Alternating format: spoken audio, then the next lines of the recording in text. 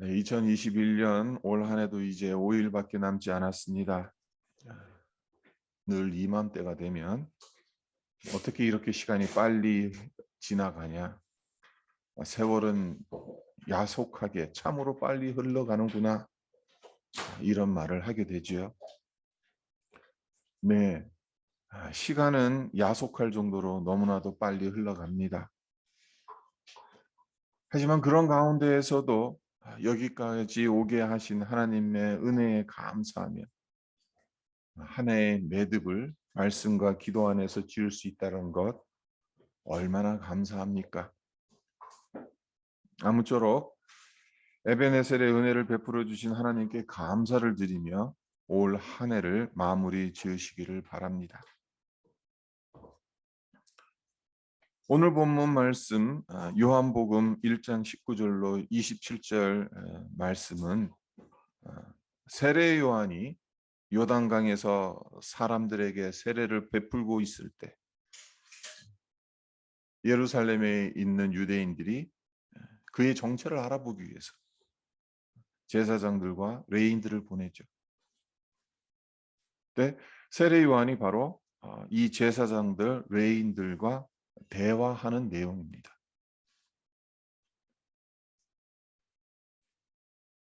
제사장들과 레인들은 세례 요한에게 네가 누구냐라는 질문을 하고 그에 대해서 세례 요한은 나는 이러이러한 자다. 이러이러한 사명을 맡은 자다. 그런 대답을 합니다. 바로 세례 요한이 했던 그 대답들을 살펴보므로 그가 어떤 생각을 가지고 있었는지, 어떤 마음을 품고 있었는지 우리가 함께 살펴보고자 하는 시간을 갖도록 하겠습니다. 첫째는 사명을 자각했다는 것입니다. 세례 요한은 무엇을 해야 하는지, 무엇을 위해 존재하는지를 알았습니다. 23절을 볼까요? 이르되 나는 선지자 이사야 말과 같이 주의 길을 곧게 하라고 광야에서 외치는 자의 소리로다. 주의 길을 곧게 만든다라는 것, 이것은 주님께서 가시고자 하는 모든 곳에 주님이 가실 수 있도록 길을 예비한다는 것, 길을 만든다라는 의미입니다. 세례 요한은 그의 사명이 주님을 위한 길을 만드는 것이다라고 분명하게 알고 있었습니다. 그렇다면 그가 주를 위해 곧게 만들어야 하는 길은 구체적으로 어떤 길이겠습니까? 오늘 본문 바로 앞에 나오는 6절과 7절에 그 답이 있습니다. 하나님께로부터 보내심을 받은 사람이 있으니 그의 이름은 요한이라. 그가 증언하러 왔으니 곧 빛에 대하여 증언하고 모든 사람이 자기로 말미암아 믿게 하려 함이라. 성육신 하셔서 이 땅에 오시고 세상 죄를 지신 예수님을 구주로 영접하고 믿을 수 있도록 사람들의 심령을 준비시켜 줄 것. 예수님이 누구신지 그리고 무슨 일을 하신지를 알려주는 것.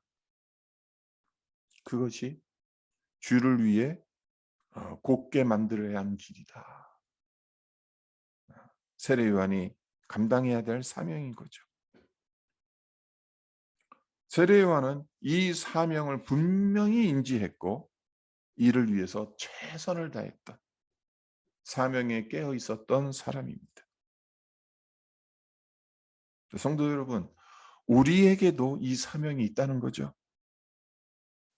다른 사람들이 예수님을 믿을 수 있도록 길을 내야 하는 사명이 우리에게도 있다라는 사실입니다. 고린도후서 5장 18절에서 19절을 보면 사도 바울이 이렇게 말합니다. 모든 것이 하나님께로서 났으며 그가 그리스도로 말미암아 우리를 자기와 화목하게 하시고 또 우리에게 화목하게 하는 직분을 주셨으니 곧 하나님께서 그리스도 안에 계시사 세상을 자기와 화목하게 하시며 그들의 죄를 그들에게 돌리지 아니하시고 화목하게 하는 말씀을 우리에게 부탁하셨느니라. 화목의 직분을 주셨다. 진노의 대상이었던, 하나님의 진노를 받을 수밖에 없었던 인간들, 네. 예수의 복음은 하나님과 화목한 자리로 나아가게 하는 그 복음이라는 것. 이 말씀, 화목하게 하는 말씀을 우리에게 부탁하셨다.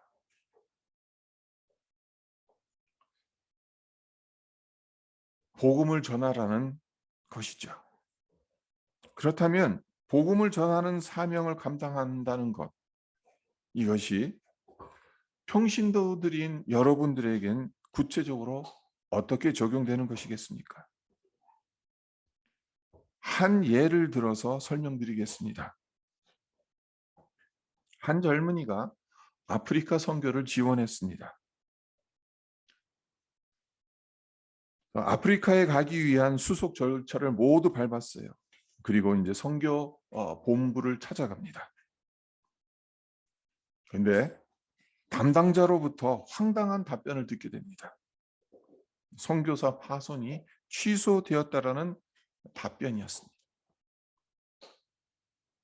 취소된 이유인즉슨 그의 아내의 체질이 아프리카 기후에 적응할 수 없는 체질이란 것을 밝혀졌기 때문이라고 말합니다. 아내가 아프리카 가서 활동하게 되다 보면 자칫 잘못하면 목숨도 잃을 수 있다. 그런 체질을 가지고 있다. 그러니 어떻게 할 수 있겠습니까?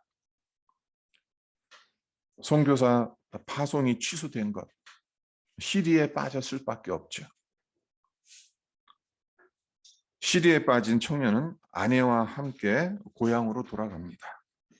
하지만 곧바로 마음을 고쳐먹습니다. 직접 선교사로 가지 못한다면 돈을 열심히 벌어서 선교사를 후원하겠다는 결심을 합니다.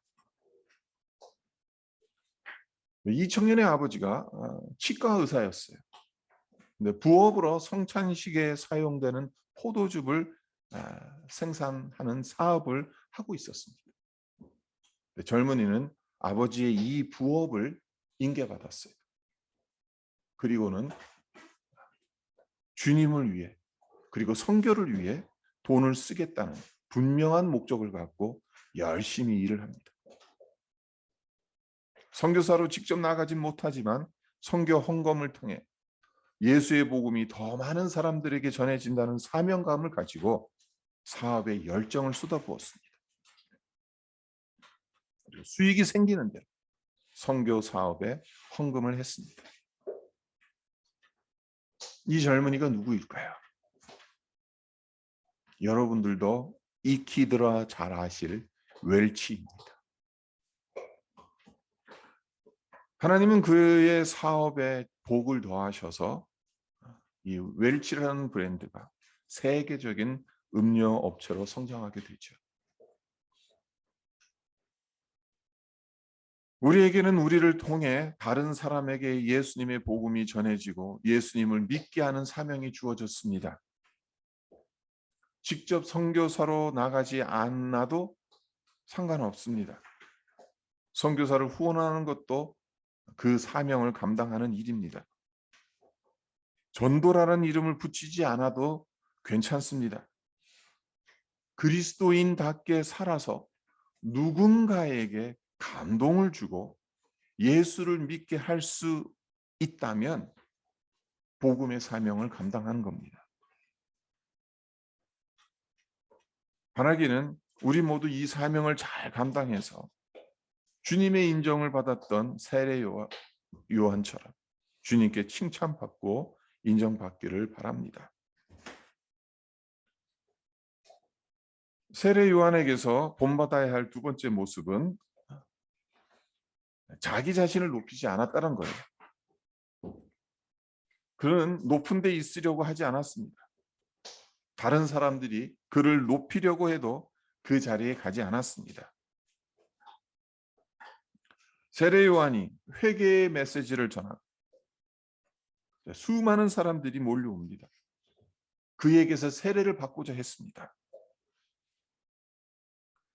네, 그가 회개 메시지를 선포했던 곳이 어디죠? 예루살렘이 아닙니다. 사람들이 많은 도시가 아니었습니다. 외진 광야에서 회개 메시지를 선포했습니다. 예루살렘에서 멀리 떨어진 요단강에서 세례를 베풀었어요. 그런데도 사람들의 주목을 끌었어요. 그에 대한 소문이 예루살렘에게까지 빠르게 퍼져나갔습니다. 이 소문을 들은 유대인들이 궁금한 거예요. 도대체 이 사람 어떤 사람인가?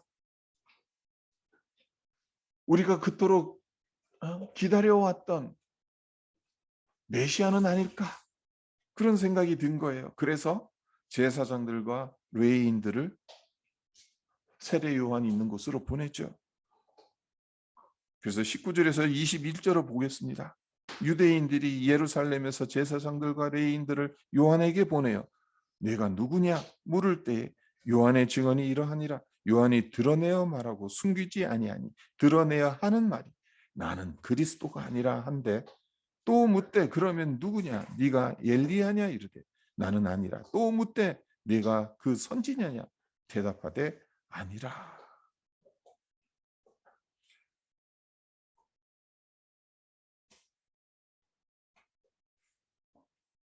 이 구절에서 참 재미있는 부분을 발견하게 돼요. 제사장들과 레위인들이 요한에게 네가 그리스도냐라고 묻지도 않았어요. 처음 질문을 보면 그냥 네가 누구냐라고 물었어요. 그렇죠? 19절을 보시면 네가 누구냐 그렇게 물었어요. 근데 요한의 대답이 뭡니까? 나는 그리스도가 아니라. 그렇게 대답을 합니다. 여기서 무엇을 발견할 수 있는 거죠? 앞서 말씀드린 것처럼 유대인들이, 많은 사람들이 세례 요한이 혹여 메시아가 아닌가, 그리스도가 아닌가, 우리를 구원할 이 로마의 압제에서 해방시킬 그 구세주가 아닐까, 그렇게 생각을 했던 거죠. 그리고 세례 요한은 그것을 분명하게 파악하고 있었던 거죠. 그래서 나는 당신들이 기다리는 그리스도가 아니다 라는 대답을 한 것입니다.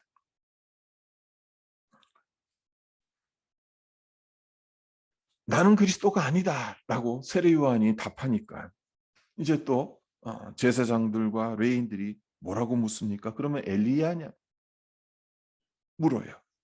이 질문에도 세례 요한은 아니라고 대답합니다. 그 마지막으로 또 뭐라고 묻습니까? 그 선지자냐고 묻습니다. 그러니까 신명기를 보면 그러니까 모세와 같은 선지자가 다시 오게 될 것이다 라는 구절이 나와요. 근데 그것이죠. 모세와 비견될 정도. 그러니까 모세가 애굽에서 해방시켜서 이스라엘 백성들을 가나안 땅으로 인도했던 그 모세, 그와 비견될 선지자가 당신이냐 그렇게 묻는 거죠. 네, 그에 대해서도 나는 그가 아니다 라고 분명하게 대답을 합니다. 특별히 20절을 보시면요, 그가 어떤 마음을 품고 이 질문들에 대해서 대답했는지를 알 수가 있습니다. 요한이 드러내어 말하고 숨기지 아니하니, 드러내어 하는 말이 나는 그리스도가 아니라. 이 대답이 왜 중요합니까? 우리 보기엔 너무나도 당연한 대답을 한 것 아닙니까? 하지만 그 당시 시대적 상황을 보면 이 대답이 왜 중요한지 알 수 있어요. 말씀드린 것처럼 많은 사람들이 세례 요한을 메시아로, 그리스도로 오해하고 있었어요. 유대인들, 종교 지도자들, 이 점을 잘 알고 있었기 때문에 세례 요한에게 확인하는 거예요. 당신 누굽니까? 그 질문 안에는 당신이 그리스도입니까? 그 뜻이죠.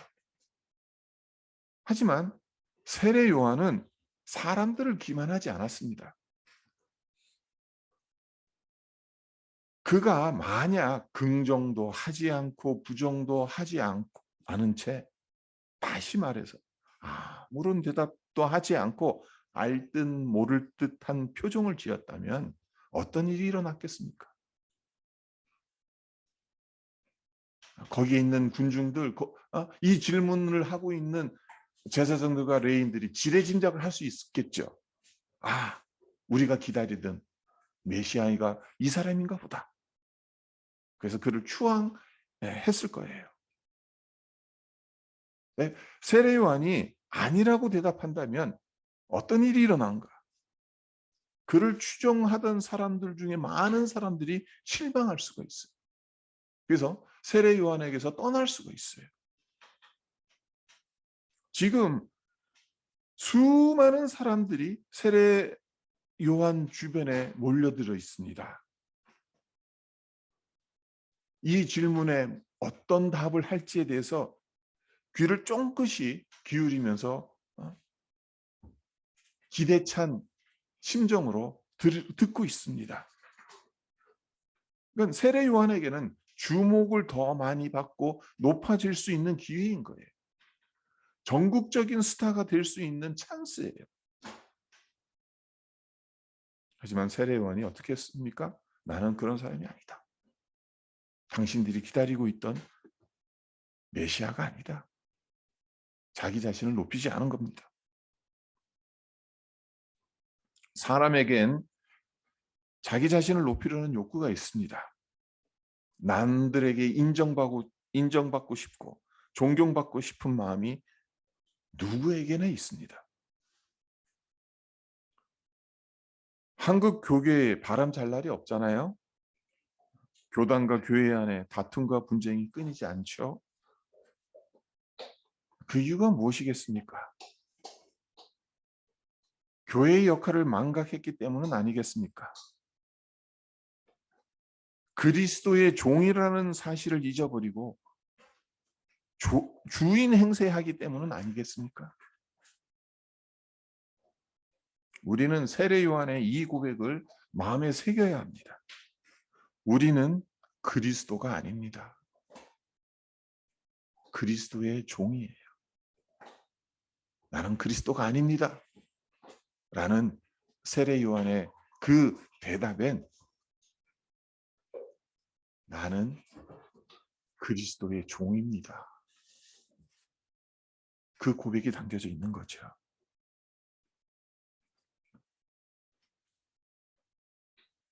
세례 요한에게서 본받아야 할 세 번째 모습은 겸손히 자기 자신을 낮췄다는 거예요.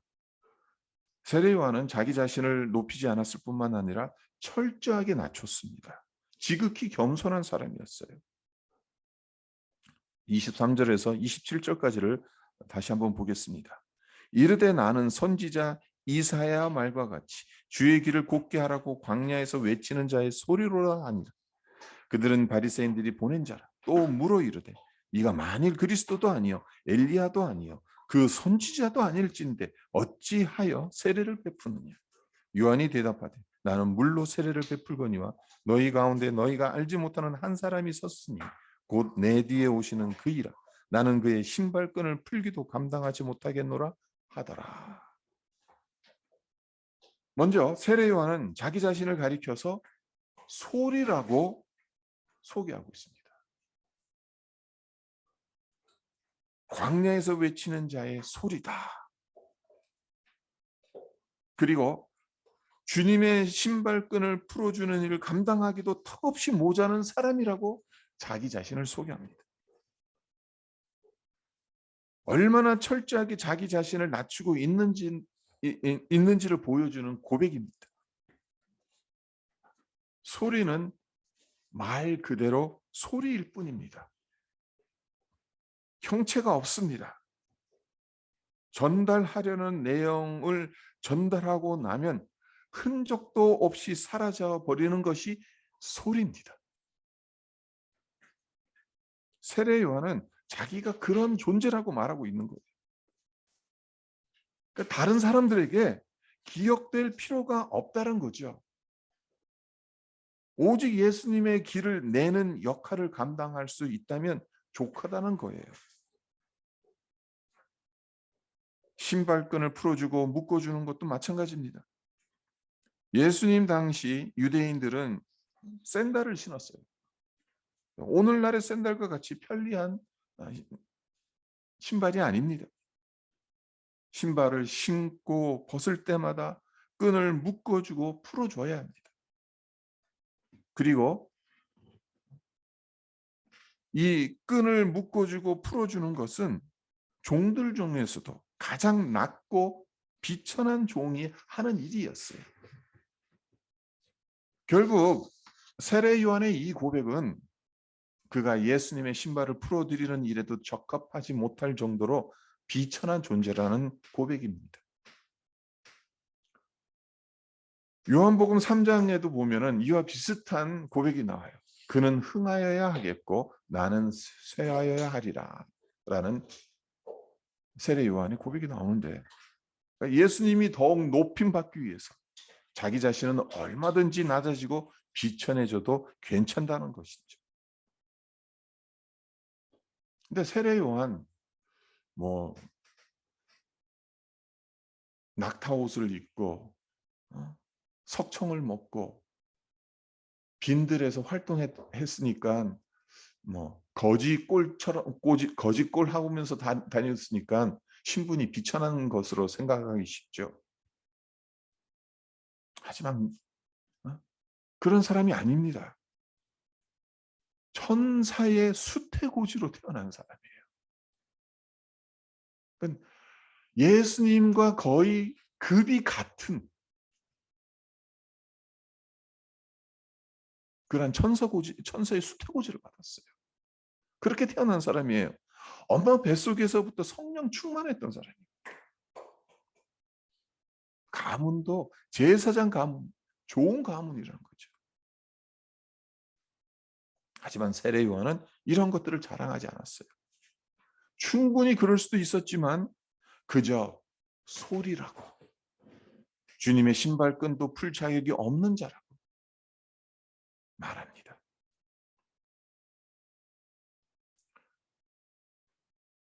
독일의 어느 유명한 철학자가 어느 날 인파로 가득 넘치는 길을 뭔가를 골똘히 생각하면서 걸어갔습니다. 누가 지나가는지 전혀 신경 쓰지 않고 걸어가다가 어떤 사람과 정면으로 부딪히게 돼요. 그러니까 부딪히게 됐으니까 상대방이 화가 났겠죠. 화를 버럭 내면서 소리를 지릅니다. 당신 누구야? 그러자 이 철학자가 뭐라고 대답했는 줄 아십니까? 글쎄 말입니다. 그게 문제네요. 내가 누군지 나도 잘 모르겠습니다.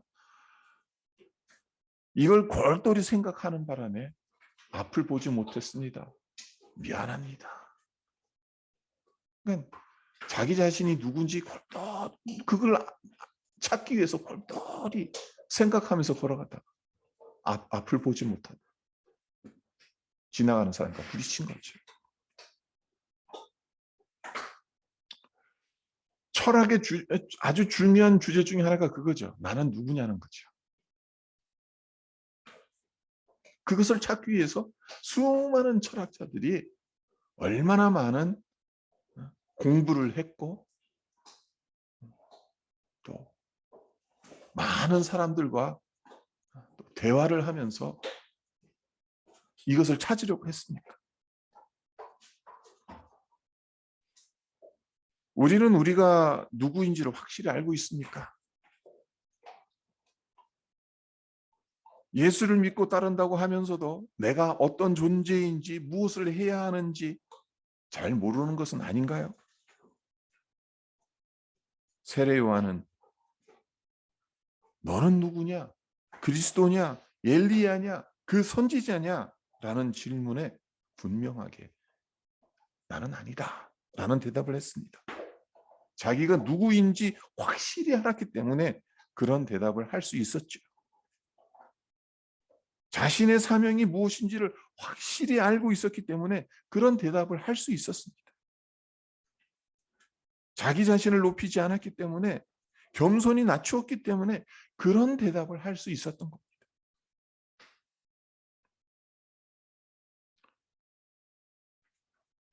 한 해를 마무리하면서 나는 하나님의 자녀로 제대로 살아왔는지 돌이켜 보았으면 합니다.